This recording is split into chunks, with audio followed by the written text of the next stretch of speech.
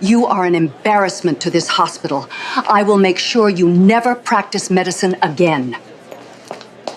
You don't belong here. The words sliced through the surgical ward like a blade.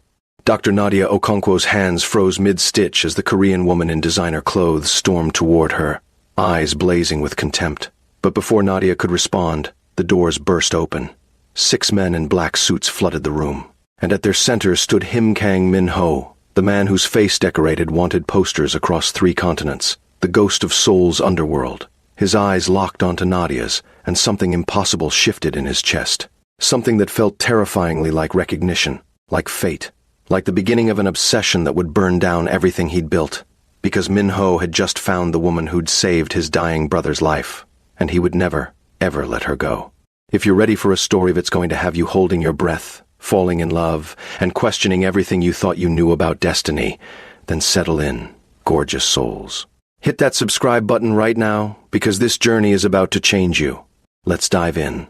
The fluorescent lights of Seoul Metropolitan Hospital buzzed overhead as Nadia completed her 18th hour on shift. Her scrubs were wrinkled, her natural hair pulled back in a protective style, and exhaustion lined her beautiful dark features. But her hands remained steady. They always did. She'd fought too hard to get here medical school in Chicago, her residency in London, and now a prestigious fellowship in one of Asia's most advanced cardiac units. Every step had been a battle. Every achievement earned twice over. The patient on her table coded again. "Charging to 200, she commanded, her voice cutting through the chaos. The nurses moved in synchronized precision around her. This was her domain, her kingdom, and she ruled it with quiet, unshakable competence. Clear! The young man's body arched off the table. The monitor flatlined for 3 agonizing seconds before a rhythm returned weak, but present. "He's back," Nadia breathed. "Let's close him up." 2 hours later, she emerged from surgery, peeling off her gloves. The patient would live. Another victory in a war she fought daily against death itself. That's when she heard it.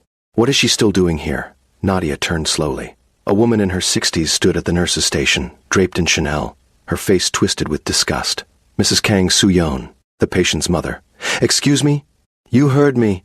Mrs. Kang stepped closer, her heels clicking against the linoleum. "I specifically requested a Korean surgeon for my son, not some foreigner who doesn't understand our ways." The nurses fell silent. Nadia felt their eyes on her, felt the familiar weight of being judged, diminished, reduced to her skin color rather than her skill. "Mrs. Kang, I just spent 7 hours saving your son's life. His cardiac valve was, I don't care what you did." Mrs. Kang's voice rose. "You don't belong here. This is a Korean hospital. Korean patients deserve Korean doctors, not someone who probably got her degree from some third-world country." Nadia's jaw tightened. "I graduated top of my class from Northwestern University. I completed my residency at... I want you removed from my son's case immediately." "Mrs. Kang, do you know who I am?" The older woman's face contorted with rage. "Do you know who my family is? One phone call and you'll never practice medicine in this country again. You'll be deported back to wherever you came from. You don't belong here." The words echoed through the corridor. Nadia stood frozen, years of microaggressions and outright racism crashing over her like a wave. She'd handled worse. She'd survived worse. But something about this moment, this public humiliation after she'd just fought death itself, it cracked something inside her. She opened her mouth to respond. The elevator doors opened.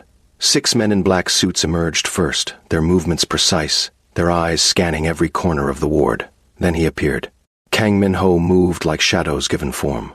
Tall, devastatingly handsome, with sharp features that could have been carved from marble. His black hair was swept back from a face that showed no emotion, but his eyes dark, bottomless, dangerous burned with an intensity that stopped Nadia's breath in her throat. He wore a suit that cost more than her annual salary.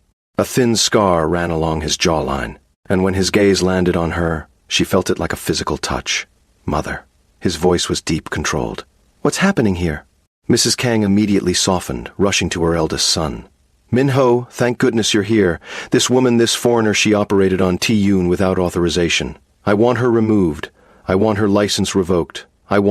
She saved his life." The words fell like stones into still water. Mrs. Kang blinked. "What?" Min Ho's eyes never left Nadia's face. "I've been monitoring Ti-yoon's surgery from my car. Dr. Okonkwo performed a procedure that 3 other surgeons in this hospital refused to attempt. His survival rate was 11%. She raised it to 67. Nadia's heart pounded. How did he know her name? How had he been monitoring the surgery? But Minho, you will apologize. The temperature in the corridor dropped 10 degrees. Mrs. Kang's face went pale. I will not, you will apologize to Dr. Okonkwo. Minho's voice remained calm, but something terrifying moved beneath the surface. You will apologize for questioning her competence. You will apologize for your racist remarks, and you will do it now, Mother. Or I will ensure that every charity board you sit on, every social club you attend, every friend you have receives detailed documentation of this conversation. Silence stretched like a rubber band about to snap. Mrs. Kang's lips trembled. Then, with visible effort, she turned to Nadia. I apologize. For what specifically? Minho's eyes finally moved to his mother, and Nadia saw at the ice beneath his composure the danger that clung to him like cologne. This was not a man who made empty threats. For questioning your abilities, Mrs. Kang whispered. And for my inappropriate comments. Nadia nodded slowly. Your son will need 6 weeks of recovery and a strict cardiac rehabilitation program. I'll have my team prepare the details. She turned to walk away, her hands shaking with suppressed emotion. Dr. Okonkwo. She stopped but didn't turn. Thank you. Minho's voice had changed softer now, almost vulnerable. For saving my brother. Nadia walked away without responding. But she felt his eyes on her back all the way to the end of the corridor, and something in her chest, something she'd buried long ago, began to stir. Later that night, Nadia sat alone in the hospital cafeteria, her hands wrapped around a cup of cold coffee. The encounter played on a loop in her mind. Not the racism she'd learned to let that slide off her like water, but him, those eyes, the way he'd defended her without hesitation, without knowing her. The chair across from her scraped against the floor. She looked up. Minho sat down, having appeared from nowhere, his presence filling the empty cafeteria with electricity. You shouldn't be in this section, she said. Family waiting area is on the 3rd floor. I know where it is. Then why are you here? He studied her with an intensity that made her skin tingle. I wanted to thank you properly, away from my mother. You already thanked me. That was for her benefit. He leaned forward slightly. This is for mine. Nadia's breath caught. Up close, he was even more striking and more dangerous. His presence radiated power, control, and something darker she couldn't name. I've read your file, he continued. That's illegal. I own 3 members of this hospital's board. A ghost of a smile crossed his lips. Nothing here is illegal for me. Is that supposed to impress me? No. His smile faded. Your record is supposed to impress me, and it does. Northwestern valedictorian, youngest fellow in this hospital's history. 37 successful cardiac surgeries without a single loss. You're exceptional, Dr. Okonkwo. I know what I am. Nadia met his gaze without flinching. I don't need a stranger to tell me. I'm not a stranger, not anymore. Something crackled between them, dangerous, magnetic, impossible to ignore. I should go. Nadia stood. I'll have a car take you home. I don't need your car. It's 3 in the morning. It's raining, and this neighborhood isn't safe. I've been getting myself home for 31 years. I think I can manage. She walked toward the exit, hyper-aware of his presence behind her. Dr. Okonkwo. She paused at the door. You do belong here, he said quietly. Don't let anyone make you believe otherwise. The next morning, Nadia arrived at her locker to find a single white orchid with a card that simply read, For the woman who brings people back from death. No signature. None needed. She threw it away. It was replaced by lunch. This time, an entire orchid plant sat on her desk in the resident's office, along with a handwritten note. Dinner, tonight, 7 p.m. The address is on the back. Nadia crumpled the note and tossed it in the trash. By the end of her shift, a sleek black car waited outside the hospital entrance. The driver bowed respectfully. Mr. Kang sent me. Tell Mr. Kang I have my own transportation. She walked past the car to the subway station, her heart hammering against her ribs. This was ridiculous. He was ridiculous. A dangerous man used to getting everything he wanted, probably entertained by her resistance. She would not be entertainment. A few days later, Nadia checked on Ti-Yoon, who was recovering remarkably well. The younger Kang brother was nothing like his sibling, warm, open, with an easy smile that crinkled his eyes. You saved my life, he said. Minho hasn't stopped talking about you. Nadia checked his vitals. Your brother shouldn't waste his time. He never wastes time. That's what makes this interesting. Ti-Yoon grinned. He's obsessed. I've never seen him like this. I'm not interested in being anyone's obsession. That's exactly why he can't stop thinking about you. Nadia ignored the flutter in her stomach and moved on to her next patient. That evening she emerged from the hospital to find Minho himself leaning against the black car, arms crossed, looking like sin personified in the amber streetlight. "You're stalking me. I'm waiting for you. There's a difference." "Not from my perspective." She walked past him. He fell into step beside her, matching her pace effortlessly despite his expensive shoes. "One dinner." "No. One conversation. We're having one right now. A real conversation. Without you running away." She stopped, spinning to face him. "I'm not running. I'm choosing. And I choose not to get involved with dangerous men who think they can buy anything they want." "What makes you think I'm dangerous?" Nadia laughed, a genuine sound that surprised them both. "Mr. Kang, I'm a surgeon. I read bodies for a living. You move like a predator. You speak like someone who's never heard the word no. And those men who follow you everywhere, they're not businessmen." Minho's expression shifted, impressed, perhaps, or intrigued. "You're right," he admitted. "I am dangerous, to my enemies. And what am I?" His eyes darkened with something that made her core tighten. "You're something I haven't figured out yet, and that terrifies me more than anything has in years." The admission cracked something in Nadia's defenses. She'd expected arrogance, persistence, charm, not honesty, not vulnerability. "One coffee," she heard herself say. 20 minutes, and then you leave me alone." Agreed. 20 minutes became 2 hours. They sat in a tiny cafe near the hospital, rain streaming down the windows, as Nadia found herself talking more openly than she had in years. About her childhood in Atlanta, her father's death when she was 17, the scholarships that saved her, the professors who believed in her. Minho listened with complete attention. He asked questions that showed he was actually hearing her, not just waiting for his turn to speak. "Why cardiac surgery?" he asked. "My father died of a heart attack." Nadia traced the rim of her coffee cup. "I was with him. I watched the paramedics try to save him. They failed." She met Minho's eyes. "I decided I would never fail, not if there was any way to succeed. And you haven't. 37 surgeries, 37 survivors." She smiled slightly. "Including your brother. Including my brother." Minho's voice was soft. "You've given me a gift I can never repay, Nadia." It was the first time he'd used her first name. It sounded different in his accent, like something precious, something to be protected. "Then stop sending me flowers," she said. "Never. Stop sending cars. Absolutely not. Stop looking at me like that." "Like what?" "Like I'm something impossible, something you've been waiting for." Minho reached across the table. His fingers brushed hers barely a touch, but electricity shot up her arm. "You are impossible," he murmured. "And I have been waiting for you. I just didn't know it until 3 days ago." Nadia pulled her hand back, her heart racing.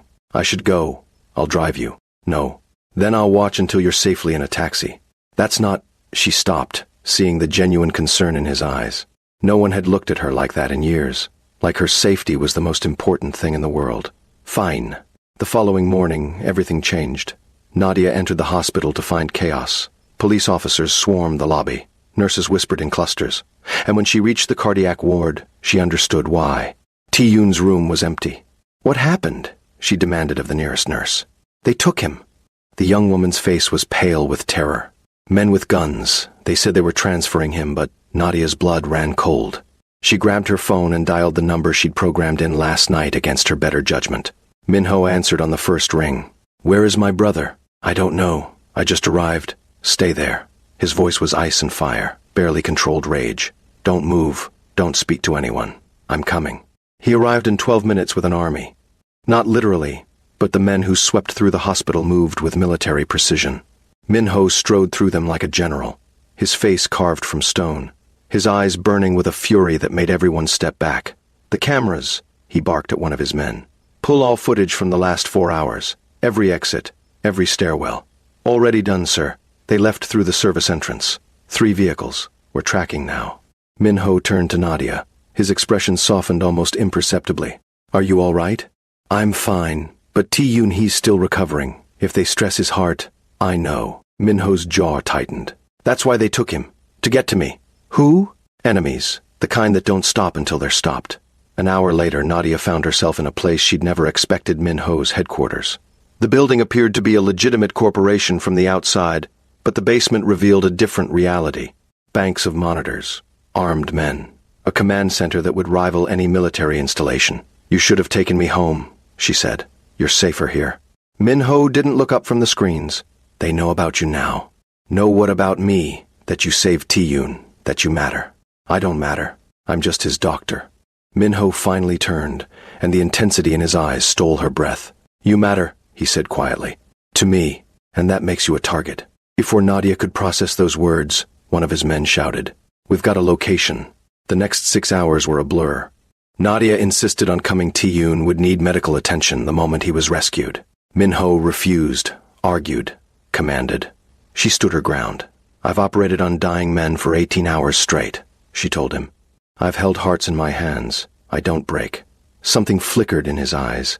Respect, desire, fear for her safety warring with admiration for her strength. Stay behind me, he finally said, no matter what. The warehouse where they held Ti-Yoon was in an industrial district outside the city. Nadia waited in an armored vehicle while Minho and his men breached the building. She heard gunshots, shouts, the sounds of controlled violence, then silence. The door opened. Minho carried his brother in his arms, blood staining his shirt but not his own. He's alive, he said. Barely. Nadia moved on instinct. She took command of the situation, directing Minho's men to create a makeshift surgical space, using supplies she'd grabbed from the hospital. His heart rate is dropping, she said. They administered something probably to sedate him, but it's affecting his cardiac function. I need to stabilize him before we can move him. She worked for 40 minutes in the back of the armored vehicle. Minho crouched beside her, following her every instruction without question. When Ti-Yoon's vitals finally stabilized, Nadia sat back, trembling with exhaustion and adrenaline. You saved him again, Minho said. His voice cracked slightly, the first real emotion she'd heard from him since this began.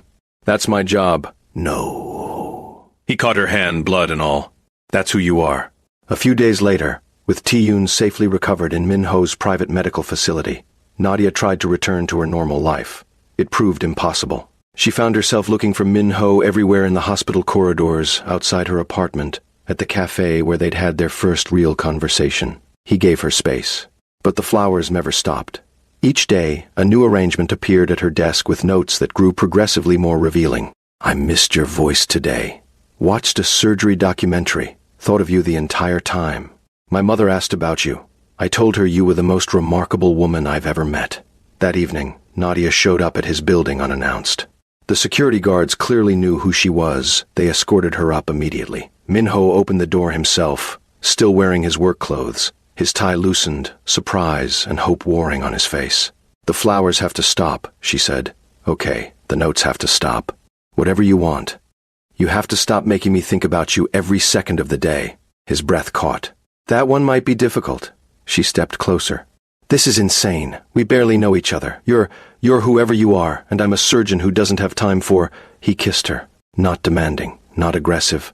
Just soft and searching and achingly tender, the kiss of a man who'd been waiting his whole life and was terrified this moment might shatter if he moved too fast. Nadia melted into him despite herself. Her hands found his chest, feeling his heart hammer against her palms.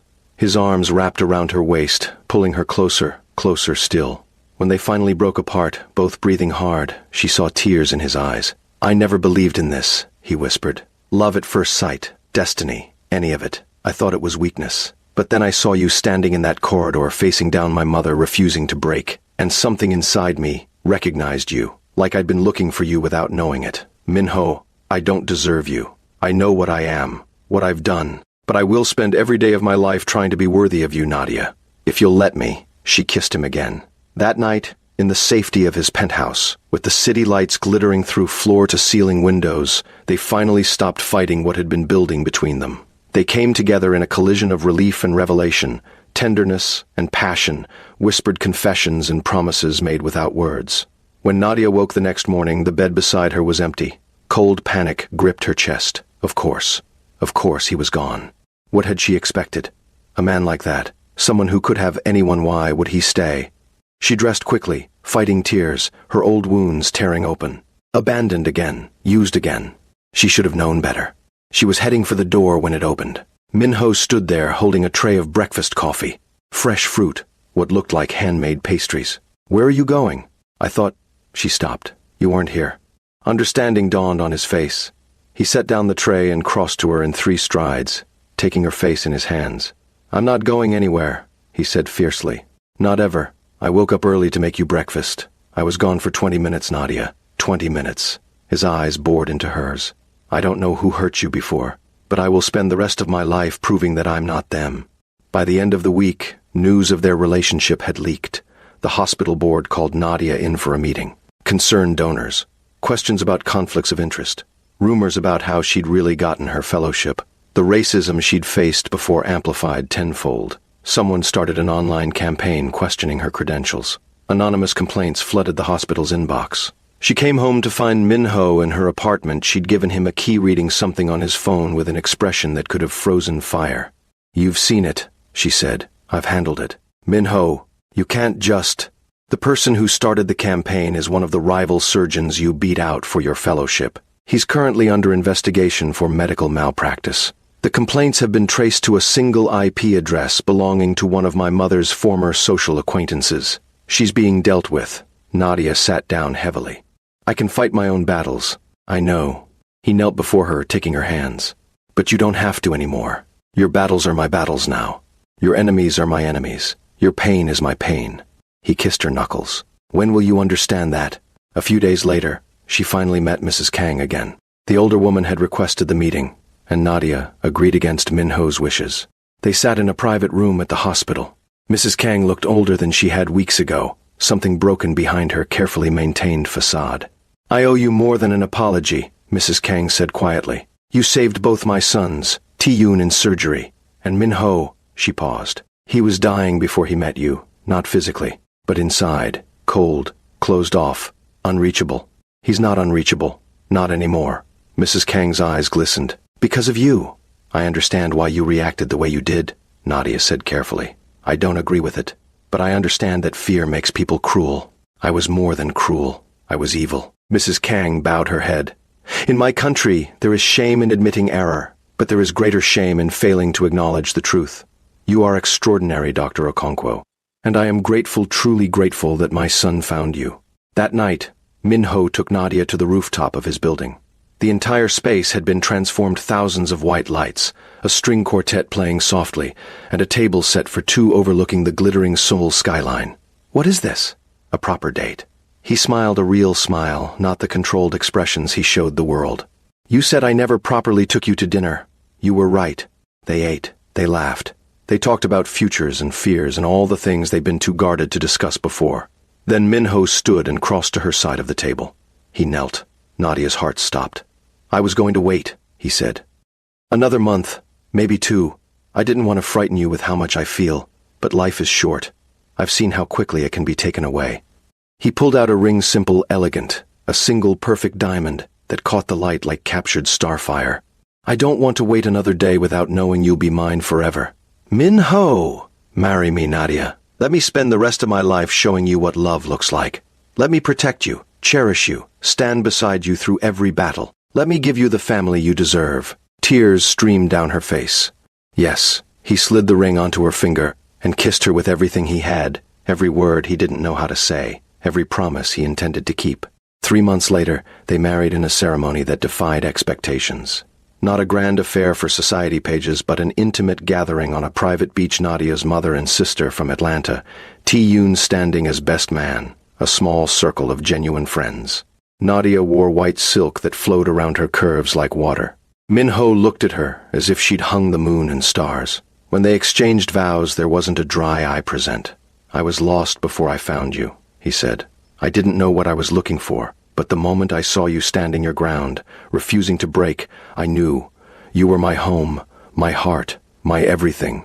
A year later, in the private room of Seoul's best hospital, Nadia held their daughter for the first time. Min-ho sat beside her, tears streaming openly down his face as he looked at his girls, his family, his world. "She has your eyes," he whispered, "and your stubbornness. Then she'll be unstoppable." He kissed Nadia's forehead, then the baby's. "My girls, my whole heart." The nurses smiled at each other. They'd never seen the infamous Kang Min-ho like this, soft, vulnerable, completely undone by love. But Nadia had always known. Beneath the danger, beneath the power, beneath the walls he'd built to survive there had always been this. A man capable of extraordinary love. She'd just been the first person brave enough to find it. Outside the hospital room, through the window, Seoul glittered like a promise. A city of millions, full of people finding their way to each other. And in that room, one family rested together, living proof that love could conquer anything, every judgment, every danger, every fear. Love one. Love always wins. If this story wrapped around your heart and refused to let go, you're exactly where you belong. Hit that subscribe button, drop your thoughts in the comments, and share this with someone who needs to believe in impossible love. More stories are coming, stories of danger, desire, and devotion that will keep you coming back. Subscribe now so you don't miss a single heartbeat. Until next time, beautiful souls.